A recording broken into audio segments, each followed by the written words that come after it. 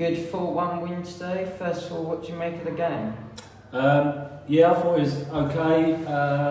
We're into the next round. I think that's the main thing. I didn't think we were fantastic for the whole 90 minutes, but I thought overall it was quite comfortable, really. In the first half, we raced to a 2-goal lead, but could it be more? Yeah, the keeper's made a few good saves. I think there's a definite penalty just literally on the stroke of half time where Billy gets caught. I think that's a stonewall penalty. And obviously we've missed a few chances. Keeper's made a couple of saves. It was okay. First half, I thought intensity-wise we weren't quite at it. But I thought the 2 goals actually came from us pressing really well and then moving the ball quickly as well, which resulted in the 2 goals. And when we hit the target, we were clinical. Yeah. I'd love to see the stats, how many shots we've had today and how many on target and off target. Probably look at the video after to find that out, I suppose. But yeah, we've had a lot of attempts, I would imagine, today. And into the first round of the trophy. Yeah, that's the most important thing. That was, like I've said to the lads at the end of the game. Main thing was we wanted to be in the next round. We're not going to analyse the game too much. There's a few things that we'll take into Tuesday that we want to do better. But yeah, overall we're just pleased we're in the next round. It's another solid home win. Keeps our home form going, which has been brilliant since we've returned at the start of the season. So yeah, it's just important that we keep on it, really. And Noah got his first goal for the first team, I believe. Yeah, he took it well as well, I thought. Yeah, I thought he took it really well. It was a good goal. I think Folksy played it across, didn't he? Someone dummied it in the middle and then he slotted it in the bottom corner. So yeah, it's a good goal. And yeah, it's nice for Noah to get his first goal and probably in the position that he plays. We'd ask him to get, over the course of the season to probably get a few more. So that's something for his personal development that, he doesn't need to start adding goals to his game probably. And Folksy got one, but like Joe, he could have had a good few more himself. Yeah, I mean, for me, Folksy's always a threat. So, he could have walked away with a lot more goals today, but, he's always a threat and he makes things happen in that final third. He's lively and, and he's just a problem for away, for the other team, for the defenders. So yeah, if you're being over sort of, if you analyse it, I suppose you could say that he could have had a few more goals. Maybe show a little bit more composure. There was one in the first half that I remember where he set the defender up really well, turned, and then hit it, and he's just trying to hit the ball too hard, basically. But yeah, I thought he took his goal well, because we spoke about it last week on the video about shots and following in. So maybe Folksy watched the interview and he did actually follow it in. So fair play to him. He took his goal well. And Joe got a second half brace. Yeah, it's pleased for Joe again. A bit like we said about Luke last week. Joe's probably not played as much as he wanted to. He's got 90 today. Scored 2 goals. Took his penalty well, same as Luke did last week. So yeah, it's at the end of the day, like I said last week, we're not going to win anything with 11 players. So we need, the squad of 15, 16 to be all working together, which they're doing. This is running out of space. Good job on recording that. Okay. So continue. And what happens also?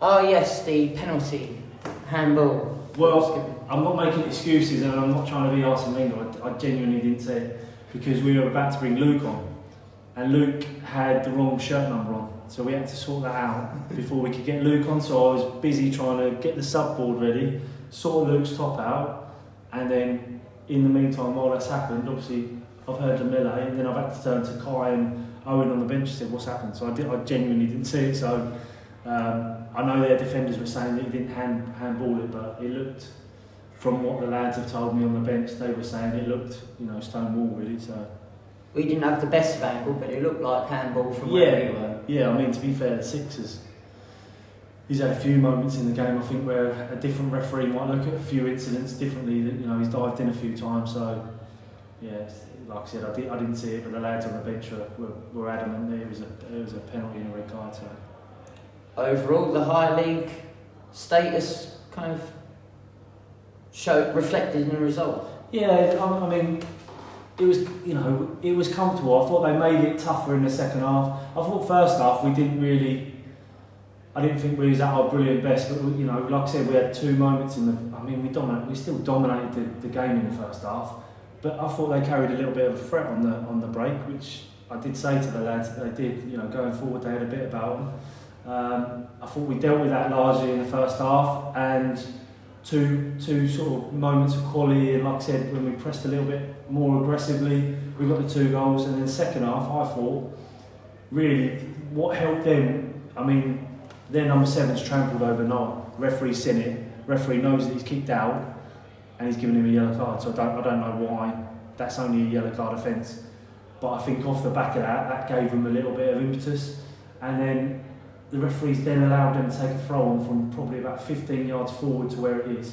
Because of the multi-ball that we've got to have set up around the pitch, they've just taken the ball, 15 yards up. Obviously we're not set up for it.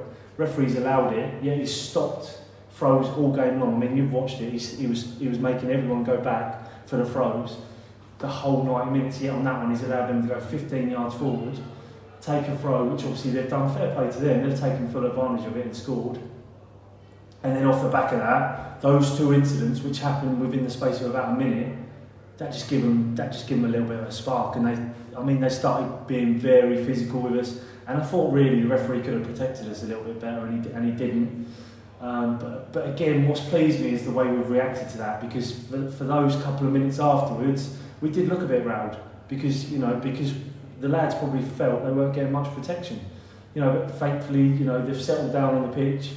I don't know how long after, but 10 minutes after we've got the 4th. But really, after that initial couple of minutes where we kind of looked a little bit rattled, I thought we settled down really well, and then obviously started moving the ball again. And then I wasn't worried from that point about anything really. It was just that 3-1. I did think we looked a little bit rattled, and we had a minute or 2 where I thought, I don't know how this is going to go now. So again, it's a good test for us, because we're going to come up against teams, whether it's in the trophy or whether it's in the league, where they may feel the only way to stop us is to kick us.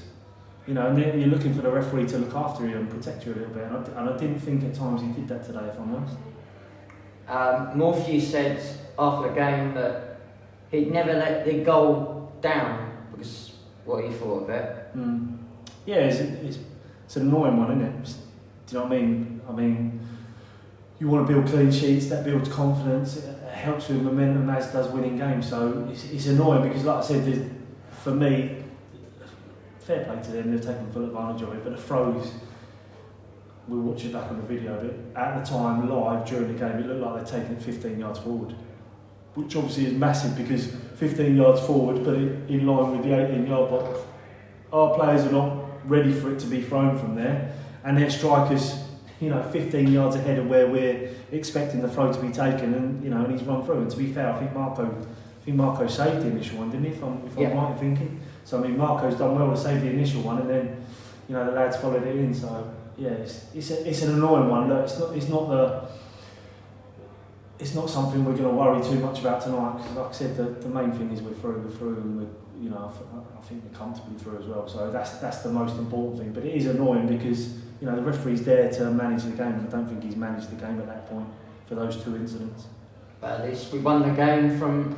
You'd rather win the game and the game decided by the football than possible decisions. Yeah. No, I don't think there was ever any fear of that. But it's like I said, it's just annoying, because clearly that was a little bit of a game plan for them to try and get tighter to us, to maybe kick us a little bit, and you want the referee to protect you a little bit there, and I didn't think he did at times. And even though we did win. It's a good lesson in a way, because when we did kind of look a little bit rattled, they were quite physical. Yeah. So that'd be a good lesson going forward for young players. I think the thing is, in games we're quite a young side. We're still learning. Kev will always say, we're still trying to progress and get better. And there's less. Every game's a lesson. There's always things that you can take out from games that you can do better. We're not the finished article. Arguably, we're never going to be the finished article. We're always going to be striving to be better. So, it's just another lesson. I actually spoke to Noah after the game, because I thought they really targeted Noah, probably more so than anyone. And I said to Noah, fair play, you took that well, because probably at times last season he probably had a little bit of a reputation for reacting. And again, it shows his maturity and where he's, how far he's come as a player, that he didn't react, and basically just let his football do the talking. And Pagey deserves mention, man of match, and he set up at least one of the goals, because obviously it was his shot that Joe diverted in. Yeah. But also he did well to cope with a lot of the pressure that they gave him. Yeah, again, I mean, we've just said about it in the change room. To be fair, Kieran Morpheus turned around and said if I played against Page in no, I'd probably want to kick him as well. So, he said that. Which is, fair enough. But yeah, Page's just got unbelievable ability. Really, he takes the ball in tight areas, and all of a sudden he's spun, and he's just a good player. He's got unbelievable quality really. So and he's shown that again today. I thought first half he was outstanding. I thought he'd come off the line really well, found really good pockets of space.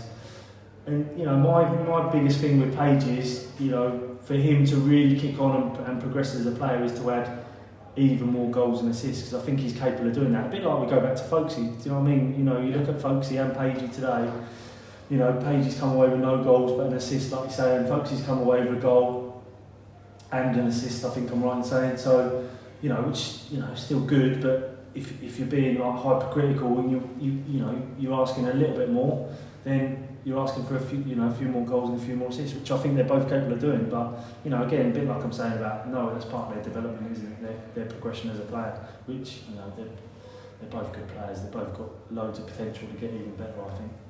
But ultimately, the momentum keeps going. Yeah, that's key. The only thing that might put a block in the road is obviously what's going on. But we'll just have to wait and see what gets announced tomorrow and how that affects us with football, and take ownership. Yeah, and just take it, and when we can get back, we get back. By the sounds of it, it looks like we'll play Tuesday, so we'll have to prepare for Tuesday, be ready for Tuesday, and then, like I said, after the announcement, we'll just have to play it by ear and deal with it as we did. But if that does happen, then we'll look for the same reaction that we got when pre-season basically. Lads come back, they were buzzing, they'd worked hard behind the scenes, obviously probably brought through boredom as much as anything else through lockdown, so you might as well keep fit, mightn't you? So we'll come back and hopefully hit the ground running if that does happen, which it looks like it might. And if hopefully we are at Peterborough Tuesday, what kind of way, obviously we approach the game same regardless, but what kind of game are you expecting? Tough. Peterborough were top last year, weren't they, before lockdown happened. I know Tamworth had games in hand on them, but they're a good side, physical. But I think they can play as well. We've got some talented players. It'll be a tough game. Pitch isn't always brilliant over there, so we'll have to be mindful of that, I suppose, as well. But yeah, I'm expecting a tough game. I think they're a good side, Peterborough, personally. And again, I think they'll be right up there, so I think they'll be in the top 5. So again, it's a good gauge to see where we're at and and how far we've come as a team.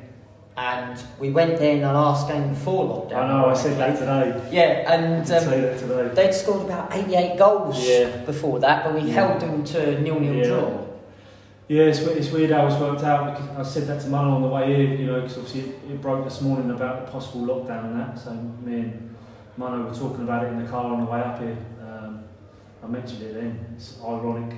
Lockdown happened just straight after the Peterborough game last time, didn't it? So, it's a curse. Maybe.